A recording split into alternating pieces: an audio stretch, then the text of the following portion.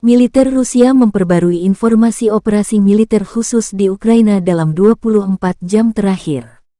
Juru bicara militer Rusia Letnan Jenderal Igor Konashenkov, tanggal 20 Agustus merilis operasional taktis dan penerbangan tentara, pasukan rudal dan serangan artileri Rusia terus berlanjut terhadap fasilitas militer di Ukraina.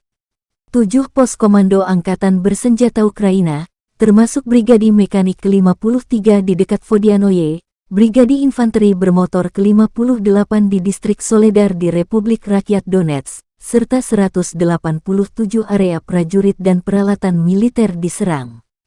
1 peluncur rudal permukaan ke udara Buk M1 self-propellet di dekat Shevchenko, 4 depot amunisi di dekat Galitsinovka, Konstantinovka, Sabelkovka di Republik Rakyat Donetsk dan 1 stasiun radio kontra baterai ANTPK-36 buatan Amerika Serikat di dekat Kramatorsk dihancurkan, kata Igor Konashenkov. Pertahanan udara Rusia menembak jatuh 6 kendaraan udara tak berawak Ukraina di dekat Vrubovka di Republik Rakyat Lugansk.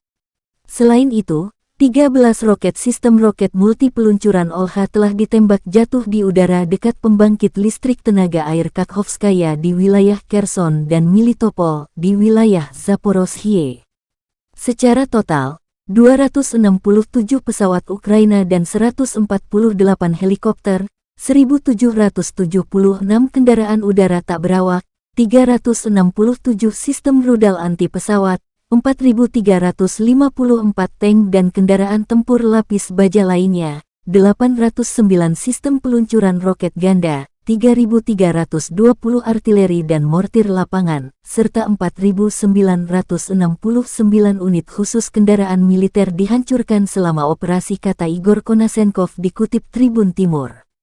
Dari kubu Kyiv, Kementerian Pertahanan Ukraina merilis 200 tentara Rusia dieliminir dalam 24 jam terakhir. Secara total 44.900 prajurit Federasi Rusia tewas sejak awal konflik hingga hari 178. Presiden Ukraina Volodymyr Zelensky terus memotivasi prajurit mengusir Rusia dari tanah air Ukraina. Kita tunjukkan semangat pantang menyerah mempertahankan tanah air, penjajah harus diusir, kata Zelensky.